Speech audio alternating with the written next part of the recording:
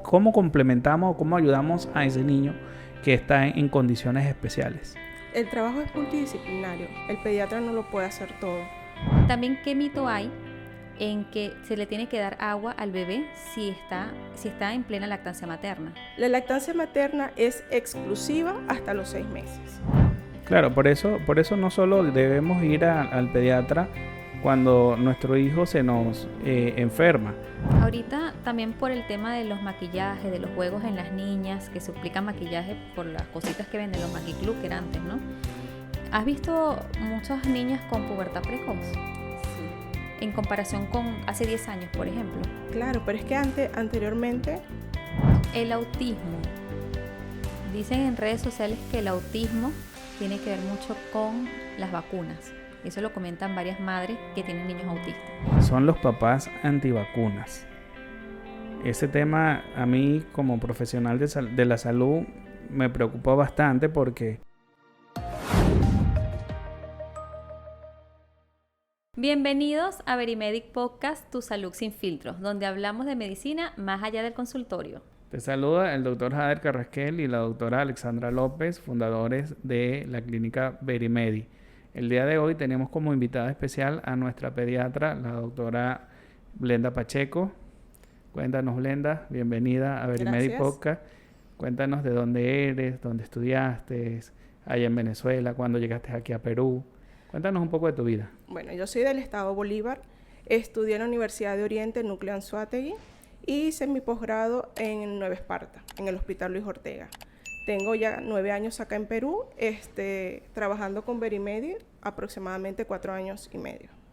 Y cuéntanos, Blenda, ¿qué pacientes atiendes más en Verimedi? ¿Preescolares, escolares o muchos recién nacidos? Variados. Vienen desde recién nacidos, preescolares, escolares, hasta adolescentes. Inclusive he visto pacientes hasta de 15 y 16 años de edad. Explícale aquí a los pacientes que no saben qué es un pediatra y un puericultor. ¿Hay alguna diferencia entre esos términos? Claro, la pediatría está enfocada más al diagnóstico y al tratamiento de las enfermedades, mientras que la puericultura habla a favor de el cuidado del recién nacido, evalúa el crecimiento, el peso y la talla, su desarrollo psicomotor y la educación del paciente, tanto en la promoción de las inmunizaciones y de la lactancia materna, como de la alimentación del bebé. Por eso es que el título de pediatra en Venezuela es Pediatría y Puericultura. Así es, porque es complejo. Porque engloban los dos. El pediatra venezolano es pediatra y puericultor. Claro. Ya, entonces eso es bueno aclararlo, ¿no? Un paciente recién nacido, a veces las mamás preguntan, ¿a qué edad tengo que llevar al bebé a tu consulta, una vez que ya el niño nació? Desde los 0 días de vida hasta los 14 días de vida. ¿Qué pasa? Que va a variar dependiendo del grupo etario. Por lo menos un niño, el primer día de consulta es a los 7 días debería ser, luego a los 14 días y al mes. Y ya después de ahí los controles son mensuales hasta el año. Entre el año y los 4 años van a ser cada 2 o 3 meses. Y ya después de los 4 años cada 6 meses. Ese es un esquema normal. Control de niños sanos. Es un esquema normal en los cuales los padres deberíamos llevar a nuestros hijos normalmente al pediatra. Y ¿qué pasa con esos pacientes o esos padres que solo llevan a sus hijos cuando se enferman? Por ejemplo, lo llevaron, como tú dices, a los 7 días a la consulta de pediatría y después no lo llevaron más porque ya se la saben todas y es su segundo o tercer hijo y solo te lo llevan cuando se enferma, cuando le da fiebre o algo. ¿Qué pasa con esos pacientes? Ahí, para eso la valoración de pediatría es completa. O sea, no solamente evaluar si el papá me lo lleva por una otitis, evaluar la parte del oído. Se evalúa el niño de forma integral, porque allí es cuando tú te vas a dar cuenta si hay alguna alteración en cuanto a su crecimiento y desarrollo, fallas en la alimentación, que son la mayoría de las fallas que nosotros vemos como pediatras en las consultas, y es cuando nos toca orientar a los padres lo que se debe y lo que no se debe hacer, o lo que debería mejorar él para que su niño crezca en buen estado físico, psicológico y emocional, pues también. Ok, yo soy pro de la lactancia materna. Yo di lactancia materna exclusiva hasta los 6 meses y ese me banco de leche y todo lo demás. Hay personas que no dan lactancia materna o dicen que no me sale o que les da flojera o por cualquier otra condición médica que no puedan dar lactancia materna exclusiva. También, ¿qué mito hay en que se le tiene que dar agua al bebé si está en plena lactancia materna? La lactancia materna es exclusiva hasta los 6 meses. Ya después de los 6 meses es cuando tú empiezas a introducir alimentos diferentes a la leche, ¿ok? Nosotros orientamos a los padres. No puedes obligar a una mamá a que le dé lactancia materna al bebé. Hay muchas mamás que trabajan y obviamente se les dificulta dar lactancia materna. Sin embargo, nosotros le decimos que pueden dejar su banco de leche, como tú bien lo dijiste. Pero hay otras que deciden no dar la lactancia materna porque desconocen los beneficios que te puede aportar tanto a la madre como al niño el hecho de que tú le des lactancia materna. Entonces, es allí donde nosotros actuamos. Orientamos, le decimos los beneficios que puede obtener el bebé y ella misma con la lactancia materna. Algunas utilizan entonces el complemento, la leche con la fórmula, otras definitivamente se quedan con la lactancia materna, pero hay otras que deciden no darlas. Pero nosotros como orientamos no podemos obligar. Claro, ahí es donde interviene la disyuntiva de que yo soy mamá y me toca trabajar. Entonces, si yo doy lactancia materna exclusiva, y todos sabemos en el ámbito médico que la lactancia materna es a libre demanda, es decir, cada vez que el niño quiera chupar la teta, hay que dársela, puede ser a la 1, 2 o 3 de la mañana, entonces la mamá tiene que levantarse a esa hora a darle la teta y tiene que levantarse también en la mañana a trabajar. Entonces es más fácil complementar, como dices tú, con una fórmula para que el niño le dan el tetero en la noche y el niño pasa todo el día dormido, porque la fórmula sí llenan un poco más que la leche materna, ¿no? Sí, muchas mamás lo utilizan es por eso, para poder ellas descansar, ¿ok? Pero ¿qué pasa también allí? Que las latas de leche no te van a durar, al principio te duran una semana, pero ya después que el niño empieza a crecer, ya, oye, una me va a durar 2 o 3 días. Entonces, ¿qué hacen? Agregan cereales que no debemos utilizar para que le caiga más pesado el bebé y poder decir, el niño está durmiendo más o me está dejando descansar más. Pero básicamente son allí los errores que cometemos y por eso es que básicamente decimos que lo mejor es la lactancia materna, primero porque te vas a ahorrar tiempo y aparte que es gratuita. O sea, lo que vas a gastar en leche lo puedes gastar en pañal o en otra cosa para ti o para tu bebé, ¿ok? Pero muchas madres caen en ese error y aparte que al niño muchas veces no le gusta la leche de fórmula y no lo puedes obligar. Entonces hay niños que simplemente no toleran la leche por el sabor y las mamás tienen que sí o sí dar la lactancia materna. Y el complemento a tan corta vida, es decir, al mes, incluso antes le dan. Eso trae como consecuencia problemas gastroesofágicos, digestivos o algo para el bebé. Sí, claro. Alteración de la microbiota intestinal. Obviamente generas una disbiosis y si hay alguna alteración, el niño va a ser enfermo, desnutrición, porque le estás aportando alimentos que no debe consumir, que no puede digerir su intestino por la misma inmadurez gastrointestinal que presenta. Entonces, por eso es que no se recomienda. Claro, uno de los efectos adversos de esas leches maternizadas, hay niños que no les pasa nada, pero hay otros niños que hacen enterocolitis o se sensibilizan también a la proteína leche de vaca, porque por más que tú coloques leche maternizada hipoalergénica, siempre tiene algunas tracitas de leche de vaca, claro, ¿no? Porque es azúcar, es almidón, o sea, no son saludables para el bebé por la misma inmadurez gastrointestinal.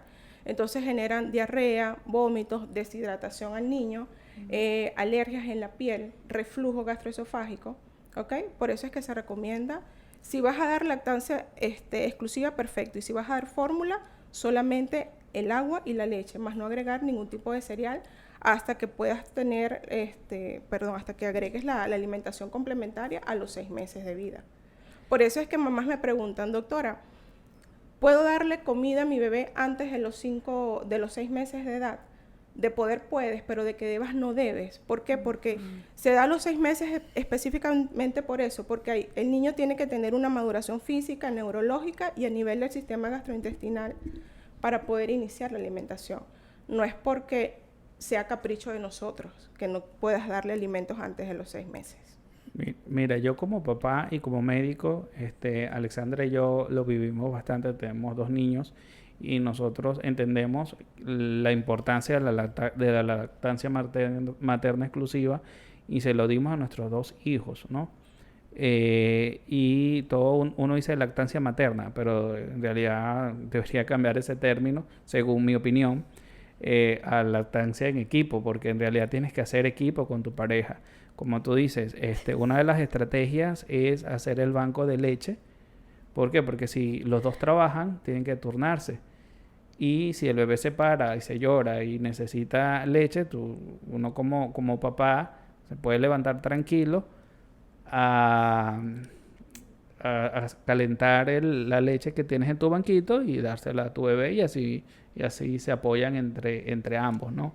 O sea, es un trabajo, yo digo que en equipo. Claro. No dejarlo solo, no, la lactancia materna es de mamá. Yo creo que es un equipo, ¿no? Claro. Tú puedes ordeñarte. La leche puede durar en el congelador de 6 meses hasta 1 año. Siempre y cuando lo hagas con buena asepsia, antisepsia y rotulando todas las bolsitas o los frasquitos. Congeladas. En el refrigerador, o sea, en la nevera abajo, puede durar hasta 4 días.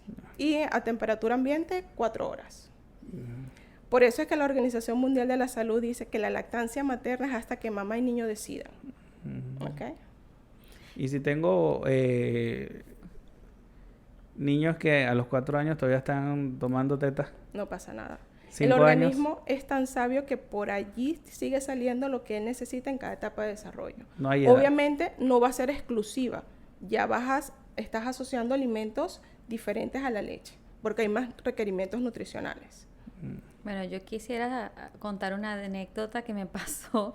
Yo había hecho mi banco de leche con mi primer hijo, espectacular. Yo estaba buenísimo. Yo tenía como casi 2 litros y pico, ¿no? En tantas bolsitas que tenía.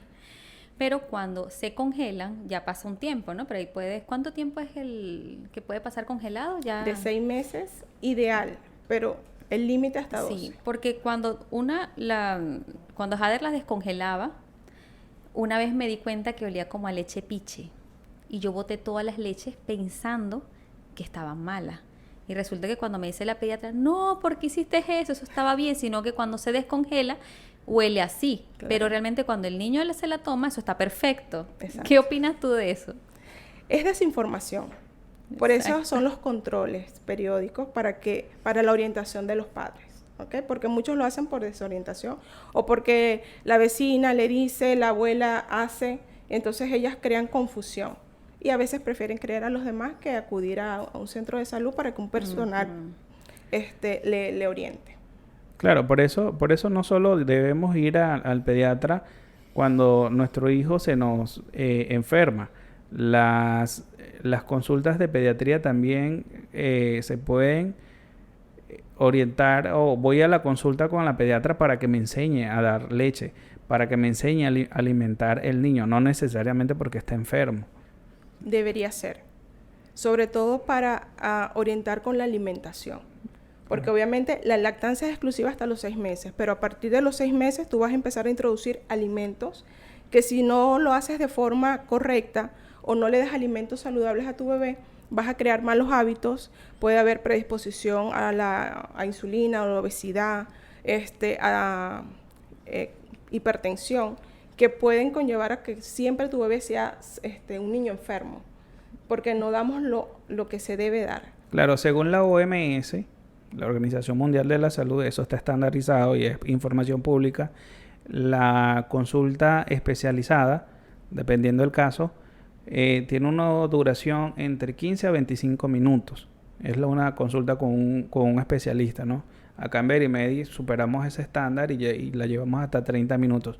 ¿Cómo haces tú para manejarte con tus pacientes, que es un todo en uno? O sea, ahorita estamos hablando de que tratas al paciente enfermo, tratas a la madre, la orientas a cómo darle de comer y a cómo está la talla, cómo está el peso. ¿Cómo haces tú para ver a ese paciente que te viene enfermo, pero que en esa misma consulta aprovecha y te hace una consulta de lactancia materna, nutricional y todo eso. ¿Cómo haces tú para manejar ese tiempo así? No es fácil.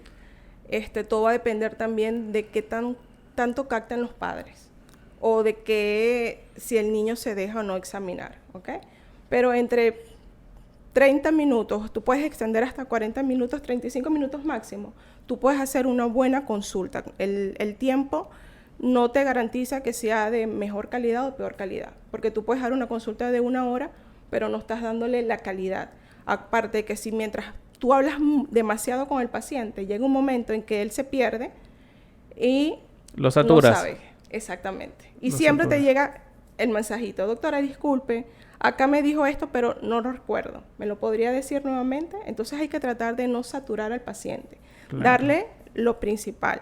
Y en cuanto a la alimentación, ya cuando mis pacientes van a los 5 meses, ya tú empiezas a preparar al papá diciéndole qué debe hacer, qué debe comprar, qué no debe tener, para que ya a la consulta de los 6 meses sea más fácil poder llegar al punto de que queremos. ¿Y con qué inicias tú esa alimentación complementaria? Empiezas que le dices al papá, mira, tienes que empezar con papillas, con auyama, con apio, con más o menos qué es lo que inicias.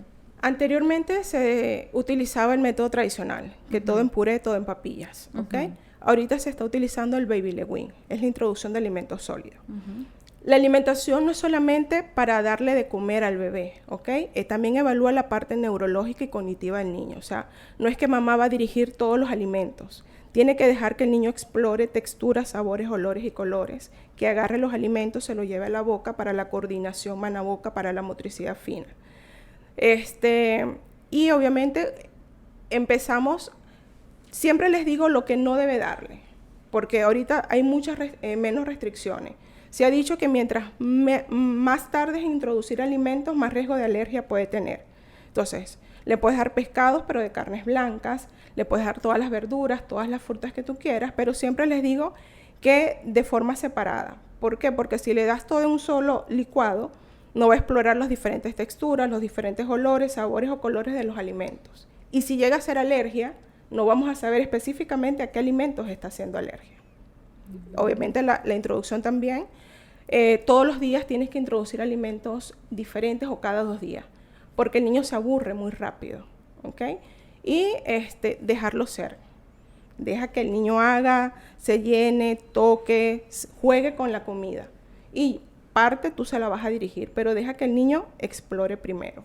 Por eso es que le digo a los papás, siempre traten de comprar su mesita con reposapié para que el niño tenga mejor libertad y esté más cómodo, porque eso le aporta también más seguridad al niño. Y una pregunta que se hacen todos, ¿no? O sea, nos hacemos todos los padres y nos preocupa mucho.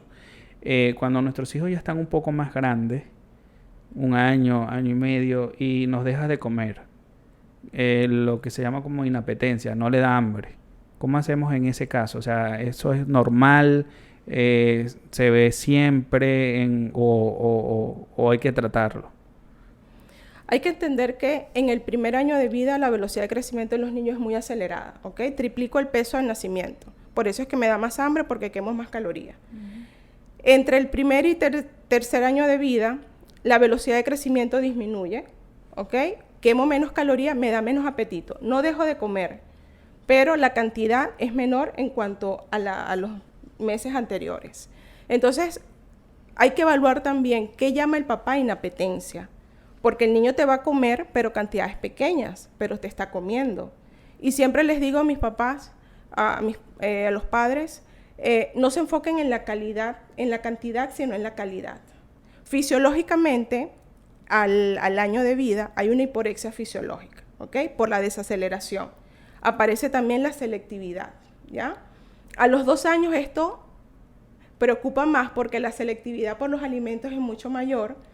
Aparte de eso entra la etapa de la negación, del autocontrol, ¿ok? De lo mío. Entonces, la alimentación no es dar de comer, llenar el estómago y ya. Implica rutinas, implica seguridad, la parte de las exposiciones constantes también. Si no quiere comer, no lo obligues, porque la idea no es que conviertas la mesa en un campo de batalla, sino que eso sea un sitio seguro para tu bebé. Aparte que le estás dando estímulos que le generan más ansiedad, más estrés y obviamente les bloquea también el hambre, ¿sí? Entonces, les digo, el niño no se va a morir de hambre.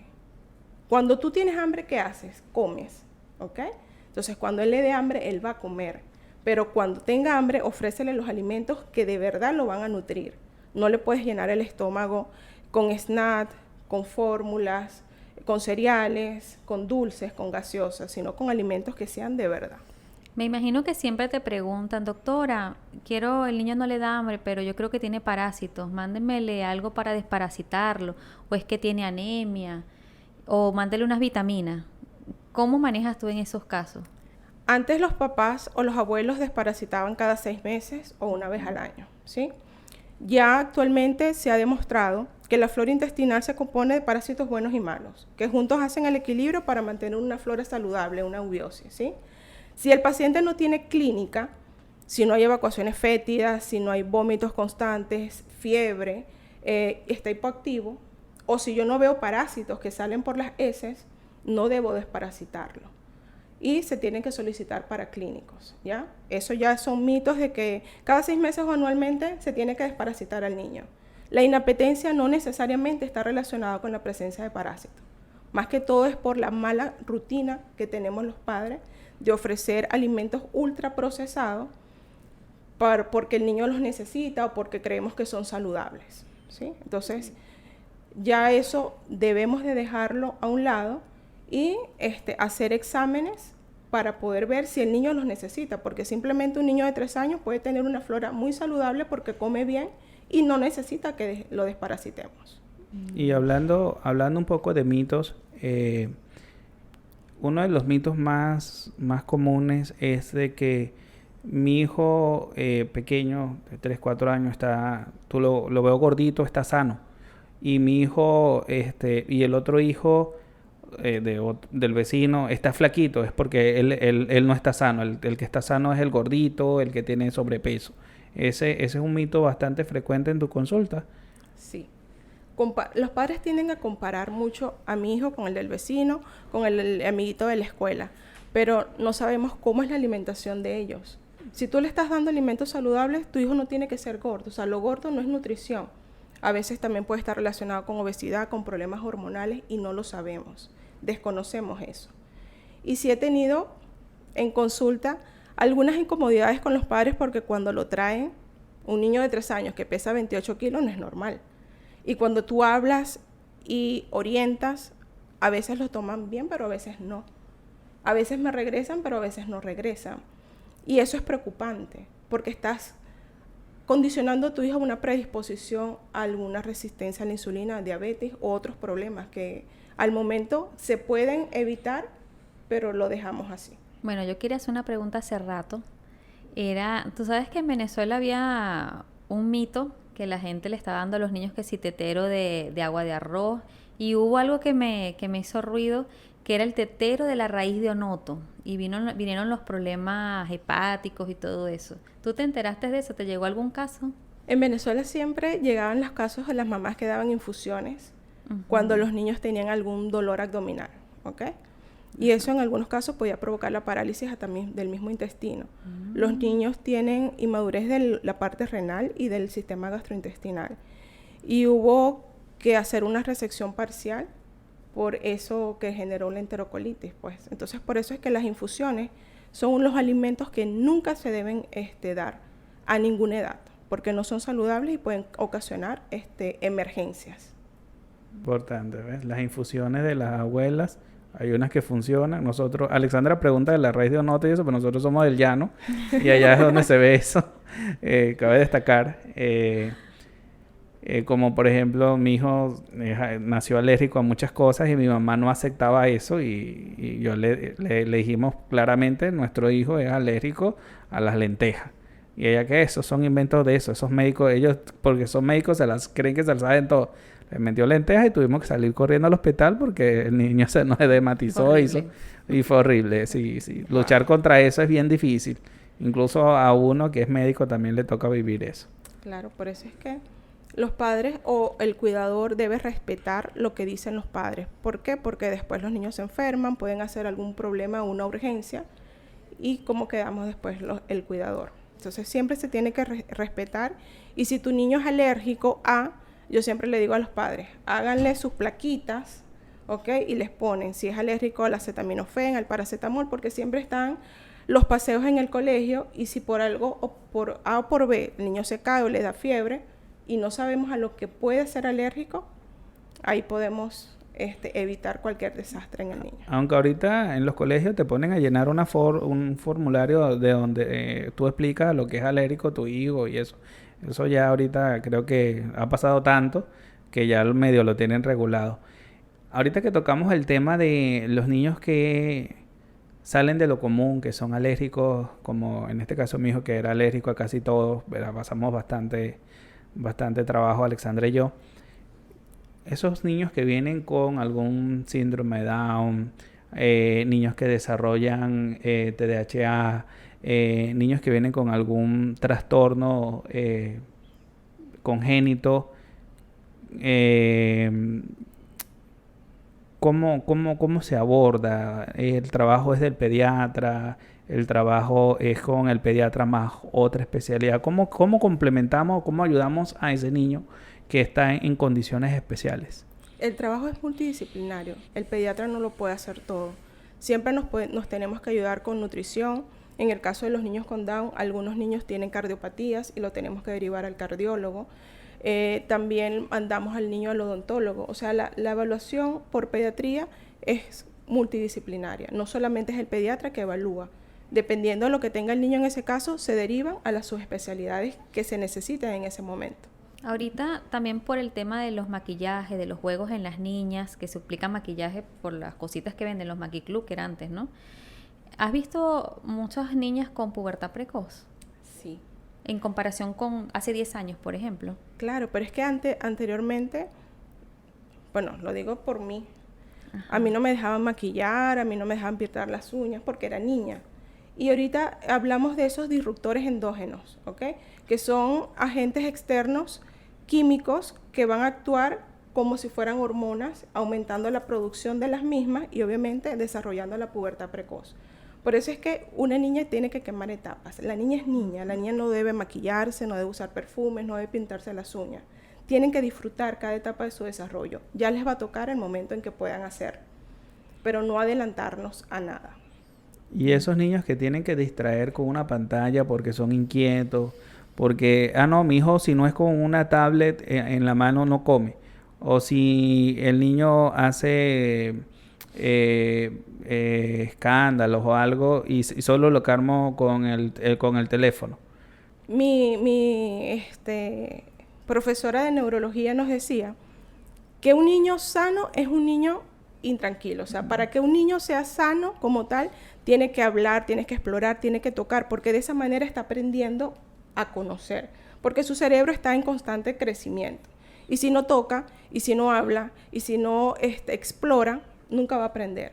La Organización Americana de Pediatría prohíbe el uso de pantallas electrónicas en niños hasta los 6 años. No debemos ver pantallas electrónicas, porque va a afectar muchas cosas, no solamente la salud física, que puede provocar trastornos del sueño, la obesidad, problemas de la visión, sino que desde el punto de vista cognitivo retrasa el lenguaje, la comunicación. Son niños que tienen más déficit de atención, son niños más frustrados, con mayor dependencia. Entonces, el hecho de que tú le des una pantalla a tu bebé, el problema es del padre, o sea, viene del papá, porque quiere que el niño no haga nada, o sea, que no sea niño, y no puedes evitar que sea un niño. Esa es claro. su forma natural. Bueno, el tema con la pediatría es bastante amplia. Aquí estamos dos profesionales que podemos atender a tu bebé desde que nace. Desde que nace el bebé lo tiene que ver el pediatra y el traumatólogo ortopedista sí o sí para descartar algún síndrome. En el caso de nosotros, malformaciones. Hay pruebas especiales que se hacen en traumatología apenas el niño nace, los reflejos, todo eso lo probamos nosotros en traumatología, los descartes de displasias de cadera, las hemimelia, las hipotonías, los acortamientos de los tendones. Por eso todo el mundo se acuerda del pediatra, pero cuando llegan al traumatólogo, llegan con los niños ya grandes. Me han llegado niños preadolescentes con genus varo, genus valgo, y yo dije, bueno, lo pudimos haber corregido o mejorado desde que empezó a caminar, pues se les olvidó ese pequeño detalle. El traumatólogo también ayuda y forma parte del crecimiento, del buen crecimiento y desarrollo de un niño. Tú te apoyas mucho con traumatología, tú me pasas bastantes pacientes. No solamente traumatología, la parte de la visión también es importante, porque a veces los papás sí, no, pero él ve bien, él no se queja de nada.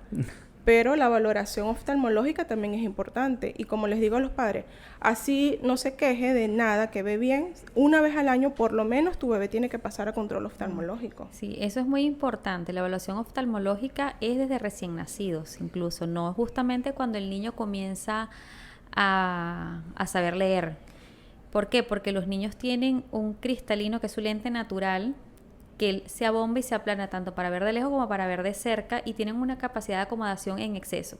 Es decir, un niño puede tener una medida súper alta y el niño ver completamente bien. Entonces el papá le dice, ¿ve la placa de aquel carro? Sí sabe leer. No es así. Nosotros los niños nos tenemos que dilatar. Y es más, tenemos que hacer cicloplegia para poder sacar esa fórmula, porque el niño la esconde involuntariamente y nosotros es que nos vamos a dar cuenta. Porque ya después que pasen los 7 años, ese periodo de neuroplasticidad se va perdiendo. Entonces ya hay un ojo perezoso, una ambliopía, que pudiésemos haber corregido desde antes, pero no lo llevaron porque el papá o la mamá dijeron que no era necesario. Entonces es importante llevar a todos los niños para una revisión primaria, aunque sea. Hay un tema, ya que estamos llegando al término de este capítulo, que está bastante interesante, son los papás antivacunas. Ese tema a mí como profesional de la salud me preocupó bastante porque, claro, yo le he colocado todo el esquema de vacunación a nuestros hijos y siempre digo, gracias a la inmunidad que tienen mis hijos, tu hijo que eres un antivacuna está protegido.